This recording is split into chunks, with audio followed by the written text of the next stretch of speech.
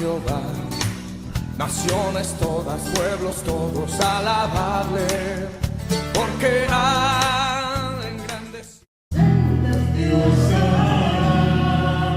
donde piensas que no hay, el obra en maneras que no podemos entender, Él guiará, a su lado estaré, amor y fuerzas me dará, un camino hará, donde no lo hay.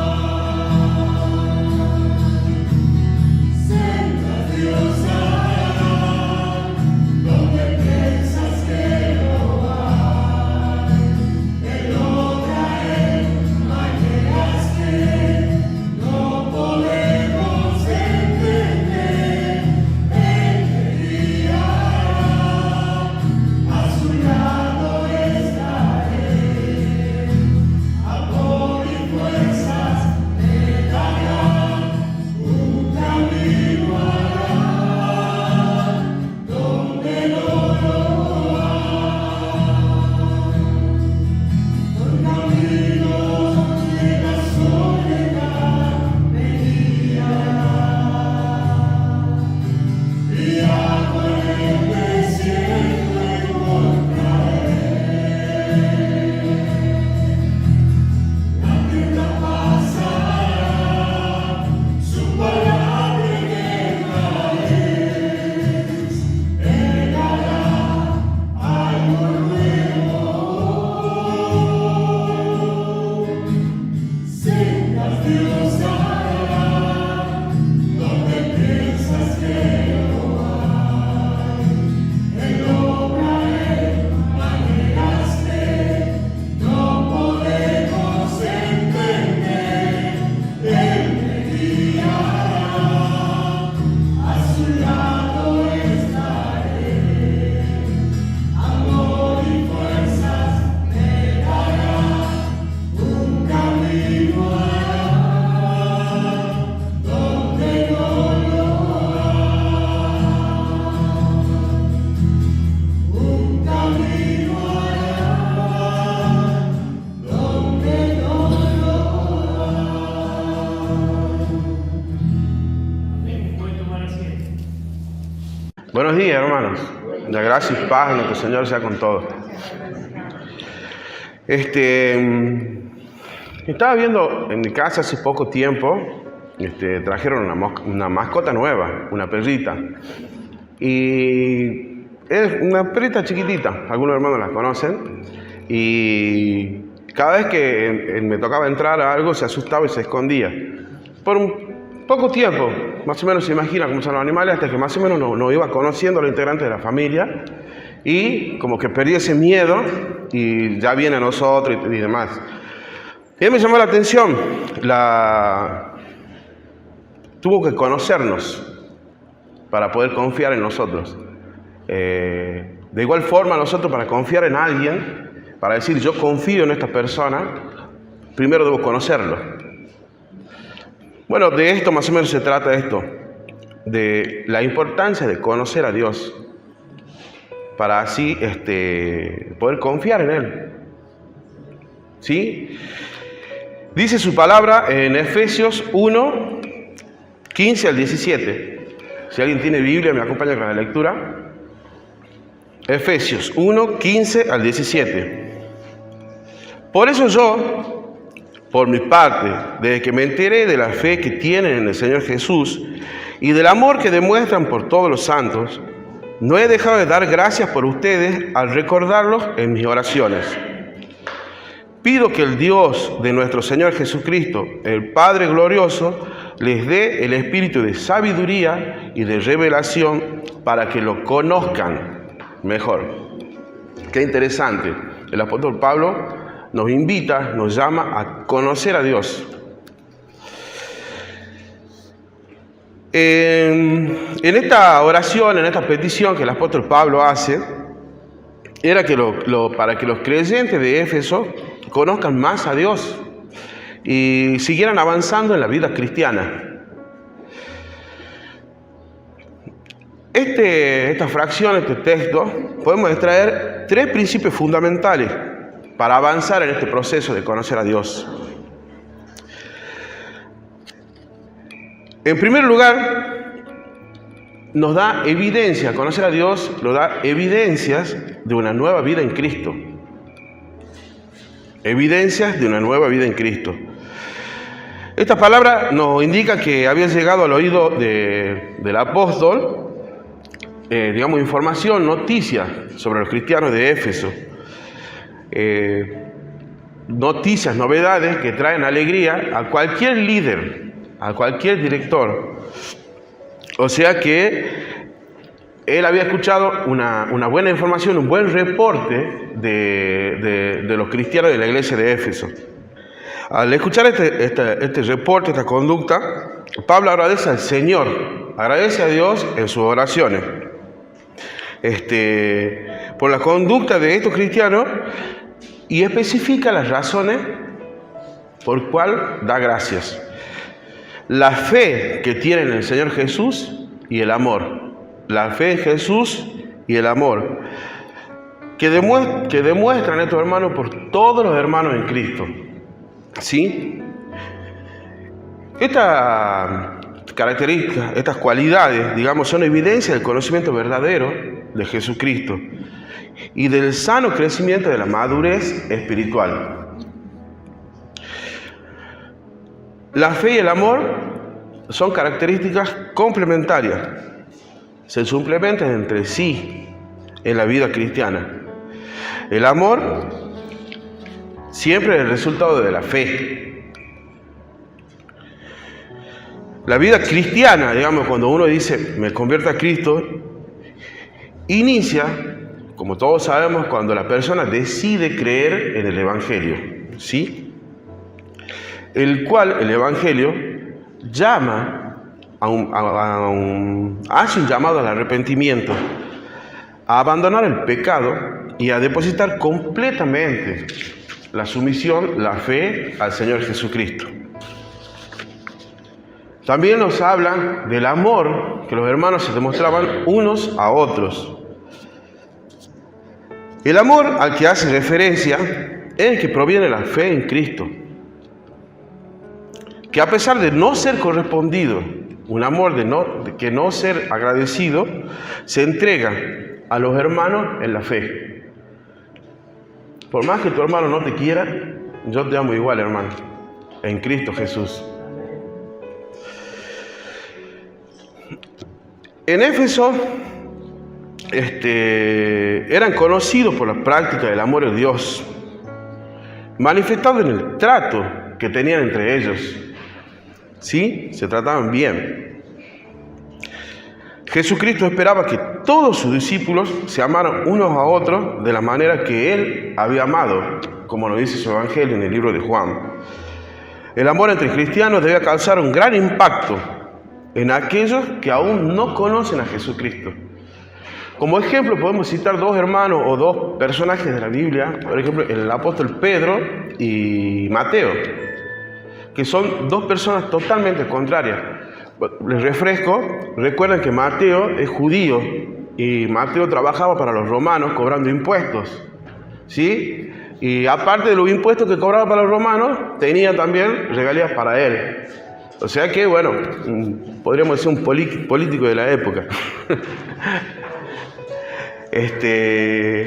En contra de Pedro, que es un trabajador, es una persona de trabajo, impetuoso, ¿cómo se llaman estos rebeldes? Gremialista, en fin.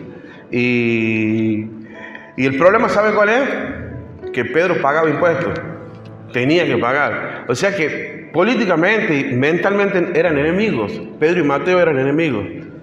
Pero acá está la evidencia número 1 de que Cristo los atrapó, de que ellos se entregaron a Cristo. Eso es la evidencia. 2 personas totalmente contrarias que se odian pasan a amarse en el nombre de Cristo. Sin esa fe, sin ese amor, es imposible lograr esta unión. ¿Y por qué lo digo con tanta seguridad? Porque la historia nos cuenta cuántas enemistades, cuántas guerras por este problema, por este cambio de ideales, por estos ideales todos dispares. Los creyentes de la iglesia de Éfeso nos muestran que habían experimentado la salvación, ¿sí? Con la firme creencia en Jesús y su amor. De esta manera daban testimonio que tenían la salvación de Cristo, ¿sí? Tenían una buena relación con Jesús y con su hermano. Cuando experimentamos la salvación, cambiamos nuestra manera de pensar y nuestra manera de actuar. El Evangelio cambia nuestra relación con Dios y con los demás. En estos tiempos, saliendo un poquito del texto, nosotros como cristianos podemos dar evidencia de que conocemos a Cristo basado en el comportamiento diario nuestro. Una pregunta personal, ¿no? Íntima. La fe y el amor es la evidencia de conocer realmente a Jesucristo. En un segundo punto, las bendiciones de la sabiduría y revelación del Espíritu. Sabiduría y revelación del Espíritu. Pablo ora para que los creyentes de Éfeso reciban de Dios el espíritu de sabiduría y de revelación, con el propósito principal de conocer mejor a Dios. ¿Sí? Nos surge una duda, o me surge una duda. ¿A qué se refiere el apóstol Pablo con espíritu de sabiduría y de revelación? Interesante. Frecuentemente se piensa en cosas místicas, en cosas extravagantes, cosas extrañas. Pero es un poco más simple. En lo que se refiere aquí Pablo, cuando pide sabiduría en el conocimiento de las cosas de Dios. ¿Sí? En la capacidad o la habilidad espiritual, digamos, que no se obtiene de los libros. Es algo que no lo conseguí en seminario, no lo conseguí en el aprendizaje de la vida, sino viene directamente de Dios por medio de su palabra, por el Espíritu Santo. Eso es lo que Pablo habla con respecto a la sabiduría de Dios. ¿Sí? Podríamos decir que es la capacidad o la habilidad espiritual otorgada por el Espíritu Santo. ¿Sí? ¿Recuerdan el profeta Isaías? Isaías 11:2. El Espíritu del Señor reposará sobre él, espíritu de sabiduría y de entendimiento, espíritu de consejo y de poder, espíritu de conocimiento y de temor de Dios. La sabiduría de Dios también es una promesa de Dios para nosotros. Por supuesto, ella está hablando de Jesucristo en Isaías.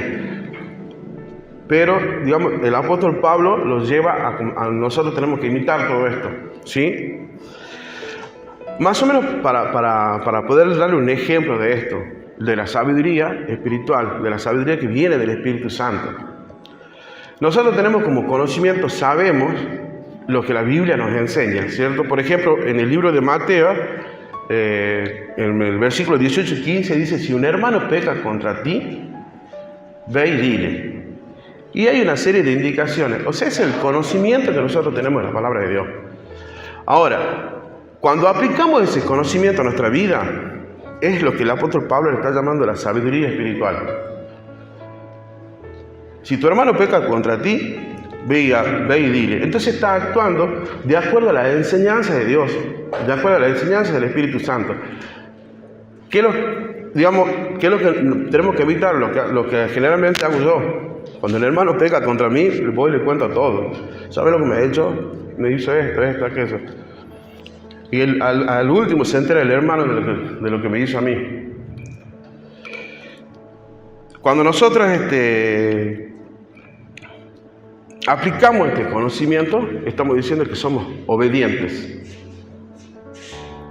Y al ser obedientes estamos diciendo que somos obedientes al Espíritu Santo. Y esa es la sabiduría de que viene de parte de Dios. Recuerden que el principio de la sabiduría es el temor de Dios, como dicen los proverbios. Si tenés la carta a Santiago en el capítulo 3, esos dos versículos me parecieron muy interesantes. En cambio, la sabiduría que desciende del cielo es ante todo pura y además pacífica, bondadosa, dócil, llena de compasión y de buenos frutos, imparcial y sincera. En fin, el fruto de la justicia se siembra en paz para los que hacen paz. Qué importante la sabiduría de parte de Dios. De acuerdo a esto, nos dice, de acuerdo a la palabra de Dios, nos trae paz. Aplicar la sabiduría, o sea, aplicar el conocimiento de la palabra de Dios en nuestra vida. Una de las tantas cosas que nos trae paz. Algo que nos está faltando mucho, ¿no? Y dice, por otro lado, tenemos la revelación, de acuerdo a lo que el apóstol Pablo está orando, está pidiendo por nosotros.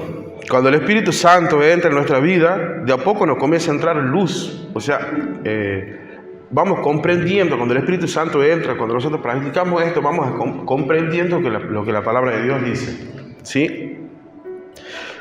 Podríamos decir, somos iluminados del Espíritu de revelación. Y con esta revelación nos introducimos a la Biblia. Algo que nos parece clave de mencionar.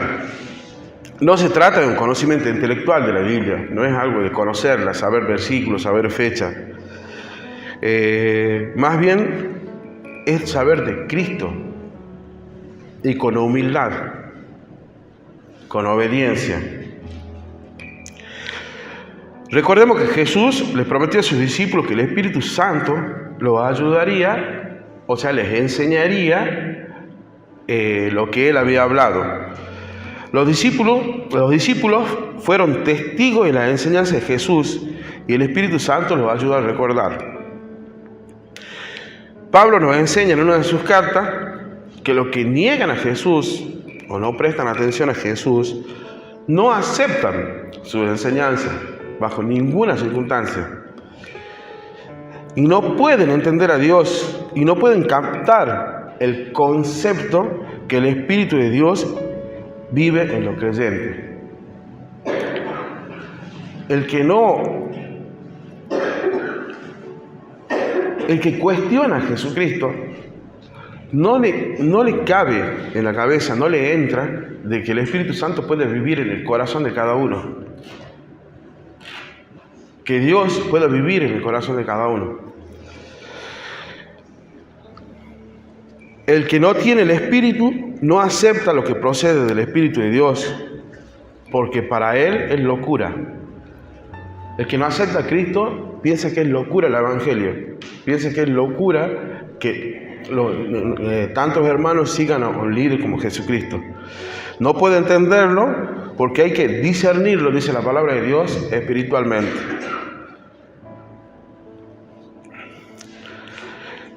Esto es algo así, como una persona que no tiene oído musical, no puede apreciar la música agradable. El que rechaza a Cristo no puede entender lo hermoso de su mensaje. Las líneas de comunicación están rotas y no puede oír, escuchar lo que Dios está diciendo diariamente a cada uno de nosotros. El Espíritu Santo puede ayudarnos a estudiar la Biblia. Podemos confiar que Él plantará la verdad en nuestra mente. Nos convencerá de la voluntad de Dios para nuestra vida y nos recordará cuando nos apartamos de ella. Cuando nosotros nos apartamos de la voluntad de Dios. Como nos prometió Cristo, cuando el Espíritu de verdad venga, nos dará convicción de pecado, o sea, de nuestros errores, de justicia y juicio. Pablo ora para que Dios le dé sabiduría sobre las cosas espirituales y que tengan conocimiento pleno de las cosas de Dios. Conocer a Jesucristo de manera íntima, la palabra de Dios garantiza que va a cambiar nuestra vida. Es una promesa de parte de Dios.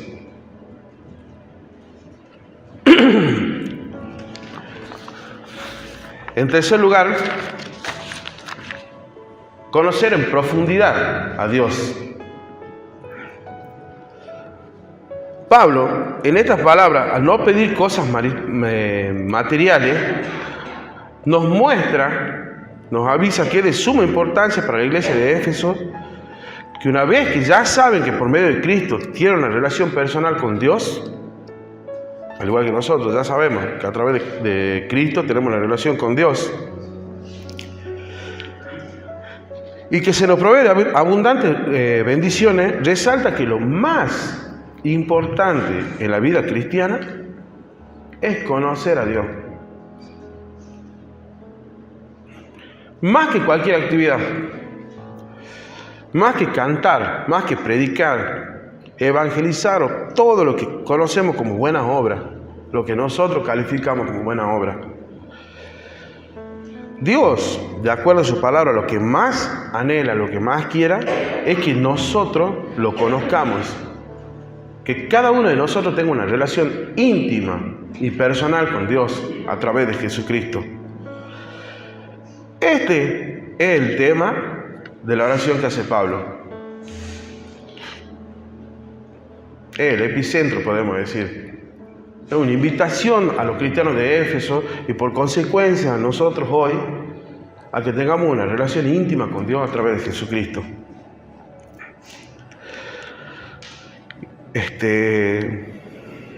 Es absolutamente esencial que todos los creyentes crezcamos más y más en el conocimiento de Dios. No nos podemos quedar con enseñanzas básicas. Tenemos que seguir aprendiendo. Y ese aprendizaje viene a través de la palabra, como habíamos dicho anteriormente. Practicar lo que conocemos de la palabra en nuestra vida nos hace crecer espiritualmente.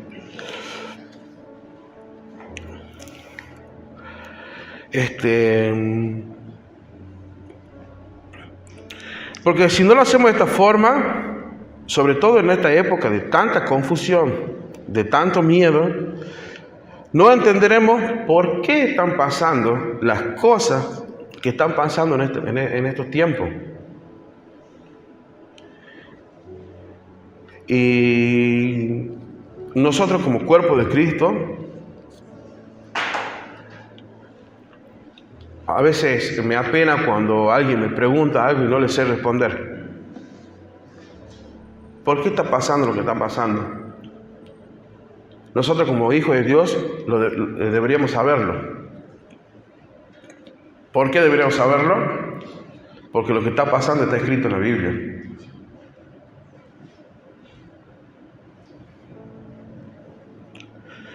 En el Antiguo Testamento dice que el pueblo de Dios ha perecido por falta de conocimiento.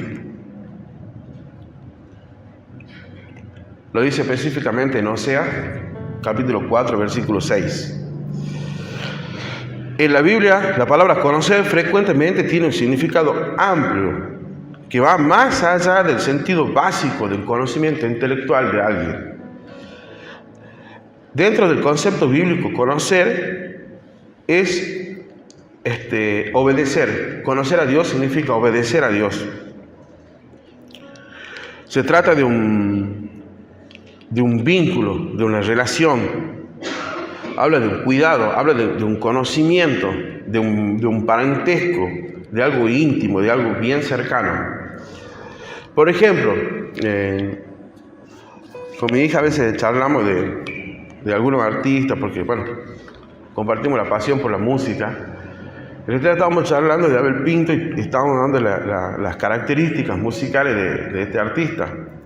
Y recuerdo que estábamos discutiendo, sino intercambiando ideas, Y surge una pregunta, ¿lo conoces realmente a Abel Pinto? O sea, estábamos hablando de una cosa, pero se me vino esto. Superficialmente, conocemos muchas cosas de la gente. Por ejemplo, de Abel Pinto, yo conozco la tonalidad que canta, conozco cuál es el tipo de música, conozco todo eso. Pero, ¿qué es lo que come? ¿Qué sabor del agua consume? ¿Qué lo enoja? ¿Qué lo pone feliz? No tengo idea.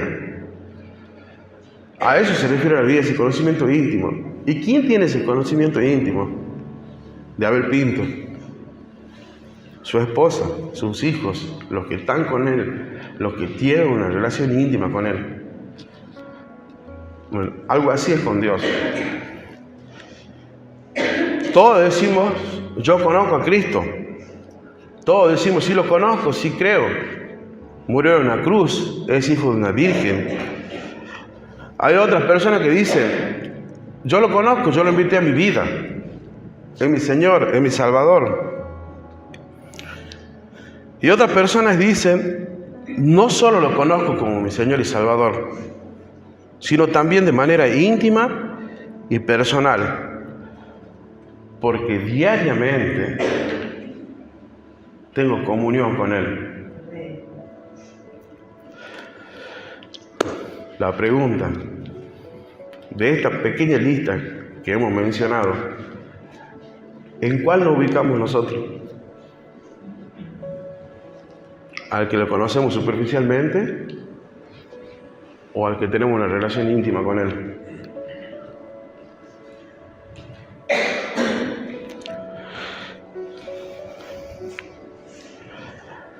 A veces la falta de comprensión de los textos bíblicos, a veces la falta de comprensión de las cosas de la vida, nos hace perder bendiciones grandísimas. Por ejemplo, una computadora tiene miles de herramientas para usar, muchas cosas para hacer, pero al no conocerla, al no conocer íntimamente su funcionamiento, la terminamos usando como si fuera una máquina de escribir, sin tener en cuenta la cantidad de bendiciones que estamos perdiendo. Eso es lo que pasa con la palabra de Dios, eso es lo que pasa con la Biblia. Al no conocer íntimamente a nuestro Señor, hay muchísimas bendiciones que se nos escapan de las manos.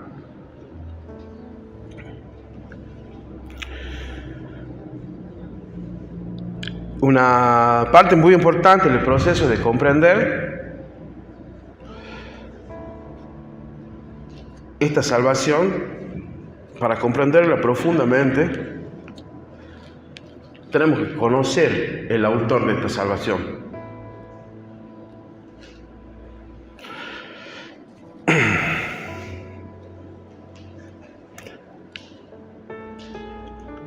Dando evidencias de una vida en Cristo, recibiendo las bendiciones de la sabiduría y la revelación del Espíritu Santo, conociendo en profundidad, conociendo íntimamente al Dios todopoderoso y fiel que tanto nos ama. En esta mañana noto la preocupación de mi hermano para que esto salga bien, digamos, por internet. Por supuesto que es hermoso compartirlo con ustedes, pero hoy en mi corazón está puesto que por internet, o tal vez acá, la verdad que uno no tiene esa capacidad, no tiene los ojos espirituales para poder observar esto, pero acá hablé de la salvación, hablé de lo que es la salvación en Cristo. Y surge una pregunta, ¿salvación de qué? Que ese es el centro del Evangelio, ese es el centro de este mensaje que nosotros estamos predicando domingo a domingo. Que Dios llama al arrepentimiento. Y algunos me dirán, no sé cómo se hace eso. ¿Arrepentirme de qué? De acuerdo a la palabra de Dios, todos somos pecadores. Todos. No hay ni un justo. Todos. Todos, absolutamente todos estamos apartados de Dios. La palabra de Dios nos llama al arrepentimiento, a eso, a acercarnos a Dios. Algunos me preguntarán cómo se hace, como digo. Es simple, es acercarse a Dios, presentarse a Él, pedirle perdón por nuestros pecados y pedirle al Señor Jesucristo que sea el Señor de nuestras vidas. Amén. Ese es el Evangelio. Hermanos queridos, en el nombre de Cristo Jesús, muchas gracias.